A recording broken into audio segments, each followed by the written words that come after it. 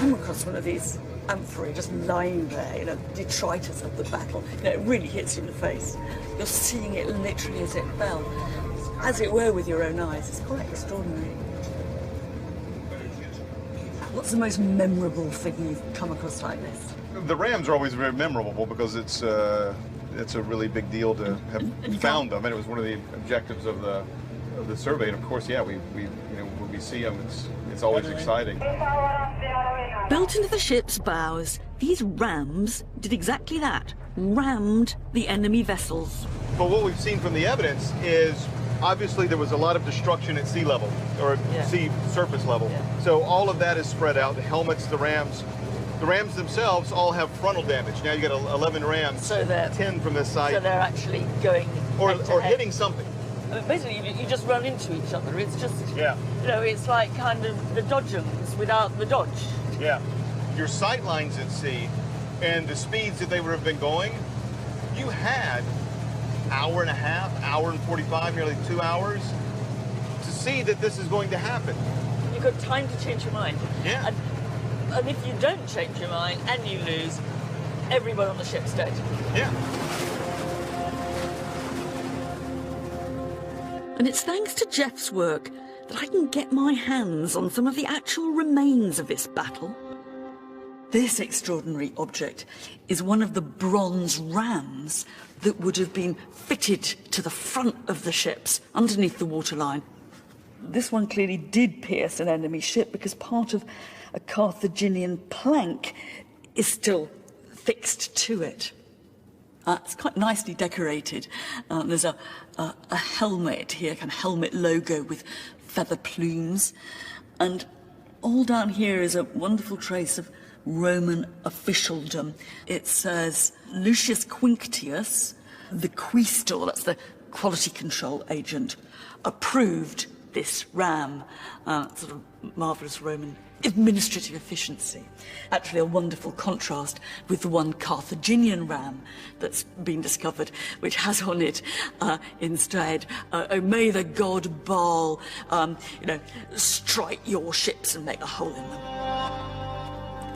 In some ways, the most interesting and most moving object to have been discovered is this helmet, a Roman helmet, and it came complete with its cheek pieces, which would have protected the fighter's face. And it brings you about as close as you can ever get to the individuals who fought and, in this case, I imagine, died in that great battle. I suspect I might be the first person to put this helmet on since 241 BC. Whoever wore it must have had a bigger head than me, or else there was a lot of padding in it.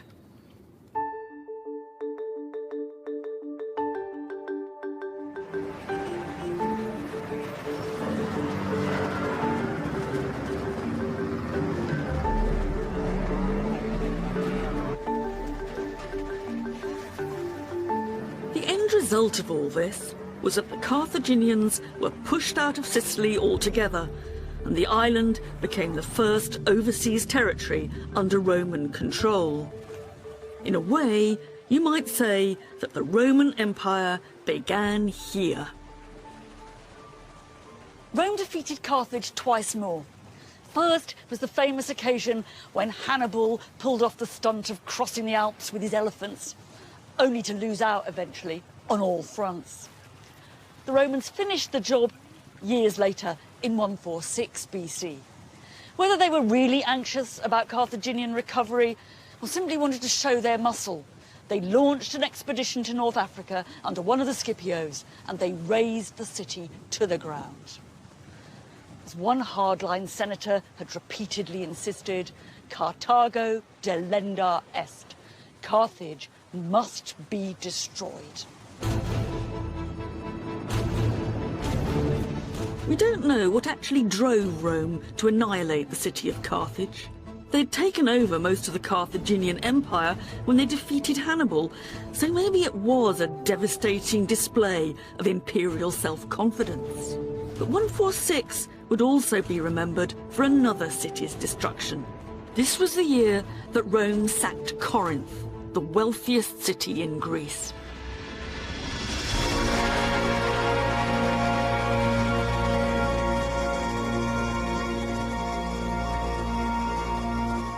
"146 would become ingrained in the minds of every Roman, the year when Rome became so powerful that it no longer had any serious challengers left.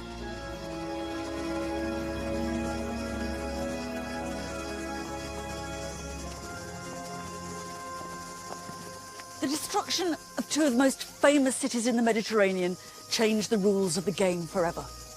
There was still no sign of a Roman master plan, or that they really wanted actually to govern anywhere, but they now had more power than anyone else, even if they didn't really know how to use it.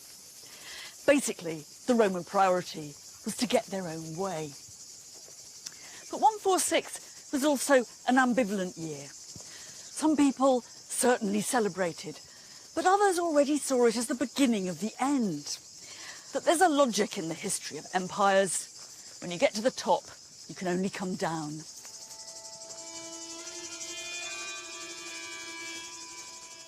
Carthage was wiped from the earth, but Greece was very different, and it gave Rome something more precious than economic profit: its culture. Conquest didn't just change the people that Rome conquered, it changed Rome too. And it was thanks to Greece that Rome started to become full of marble columns, elegant statues, and objets d'art. This was the very beginning of the Rome we know, and also the beginning of a flourishing art market. This was once a great piece of art. It's a statue of Hercules.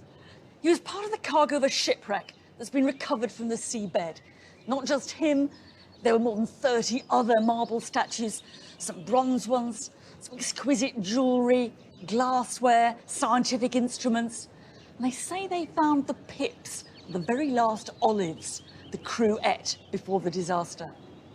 But from our point of view, what's important is that this was a cargo of stuff, one out of many thousands, that was making its way from the Greek world on a one-way ticket to Rome. Πατέρα, εγώ είμαι η κόρη σου. Και βασιλιά, και που δίκαια μας την όρισες, αλλά πιο δίκαια από όσο ταξίζαμε. The Greek world that Rome conquered had a long history of art, theatre and literature. Πάτερ, παρέστηση. And many Romans felt the cultural traditions of Greece outclassed their own. Λαμπρότερος ή πριν, But Rome not only bought, plundered and emulated Greek culture, Romans wrote themselves into the Greek story, tracing their own origins back to the mythical war between Greeks and Trojans and to the most famous work of Greek literature of all, the Iliad. One crucial character for the Romans was Aeneas, who played a rather minor part on the losing Trojan side in Homer's Iliad. The Romans took the story of Aeneas and ran with it, making him flee from Troy and come to Italy to found the Roman race as a kind of ancestor of Romulus and Remus. It's almost as if they're saying that they didn't just belong in the Greek world, but they actually came from here.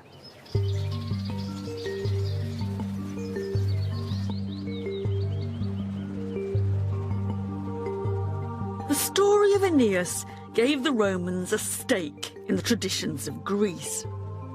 But exactly how Greek to be was the topic of the day, with some conservative hardliners arguing that soft Greek culture was destroying old Roman values. There's more to conquest than conquest by sword. There's conquest by book, by word, and by culture. One Roman poet later claimed that it wasn't actually the Romans who conquered Greece, but the Greeks who conquered Rome. What he meant by that was the Greeks were really the winners because Rome owed them such a vast cultural debt that went back centuries before the conquest of Corinth. But at the same time, it was Rome's interest in Greek culture their study, their preservation and their replication of it that's played a big part in keeping that culture alive for us. In a way, I like to think Rome has kind of given us Greece. The Romans had now gained effective control over the entire Mediterranean, the only people ever to have done that. Not always by annexing territory, but simply by being able to get their own way. We think of this empire as the land around the sea, but actually, at the heart of it, there's the Mediterranean itself. It's crucial to understand what's going on across this huge, liquid territory. We aren't talking just about some nice little boats transporting sculptures. The problems of controlling this sea were as important as the ones of controlling Carthage or Corinth. The Mediterranean was the empire's internal sea, a main highway.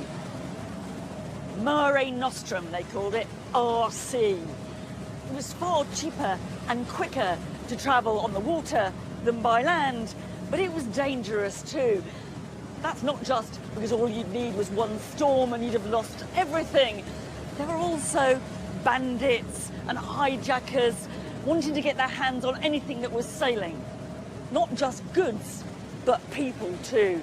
It's a bit like a motorway swarming with human traffickers. Rome's overseas conquests had turned thousands and thousands of prisoners into slaves. And that created a demand for more. There were big profits to be made out of the slave trade.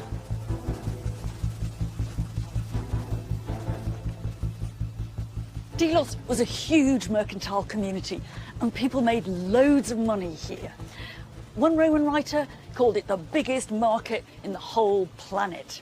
All sorts of goods must have passed through, perfumes and spices, sculpture and furniture. But Delos was most famous for being the world capital of the slave trade. And one of the main suppliers of that trade were those bandits and hijackers that the Romans called pirates. For the Romans, a pirate was anyone you didn't like in a ship, from small-time chancers to big-time criminals, more like the mafia. It was not an easy relationship, and those tough guys in ships proved pretty difficult to control. One day, they were stocking your market. The next day, they turned on you.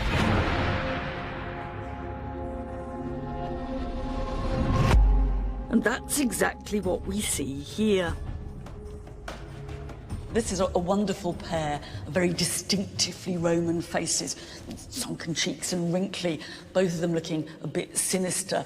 It's kind of tempting to imagine that they were involved in a rather nasty form of business.